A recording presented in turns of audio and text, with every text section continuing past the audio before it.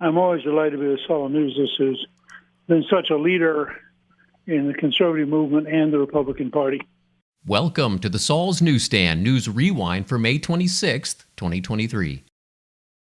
CNN poll: 60% say debt ceiling increase should come with spending cuts. 60% of Americans say Congress should only raise the nation's debt ceiling if it cuts spending at the same time, according to a new CNN poll conducted by SSRS. Still, a broad majority of Americans favor raising the debt ceiling at 84%, with just 15% saying Congress should not do so under any circumstances.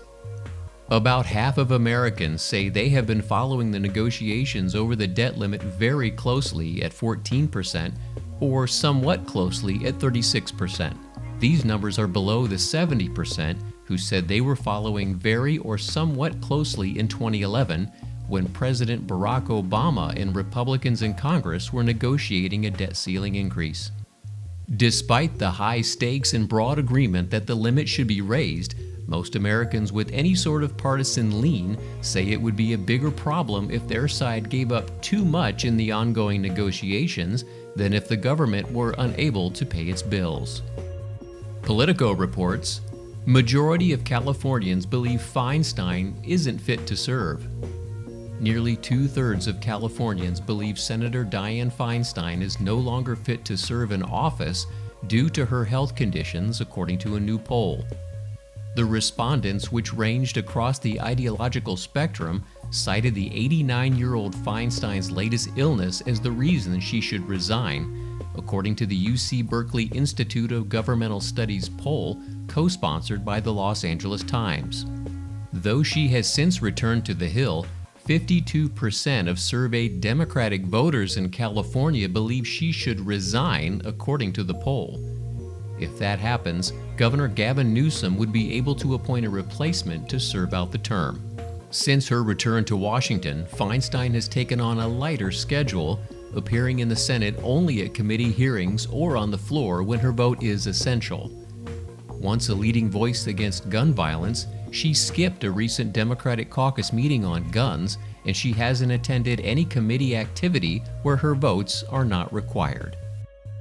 And finally, ABC News reports, like nothing we've ever seen before, Arizona set for unpredictable Senate race. Democrats and Republicans can at least agree on one thing: they have no idea what's going to happen in next year's Arizona Senate race. State data shows just under 35% of Arizona voters are registered Republicans and 30% are registered Democrats, while 35% aren't registered with either party. The election is shaping up to be an unpredictable three-way contest in one of the nation's premier battlegrounds, featuring an incumbent who left her party, a polarizing conservative who remains a rock star with her base, and a Democratic nominee in waiting who would represent a jolt to the left for the historically moderate-minded state.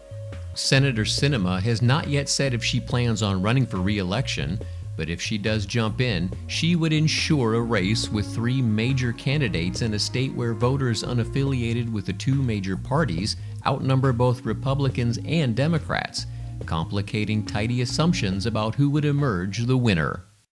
And that concludes your Saul's Newsstand News Rewind for May 26, 2023.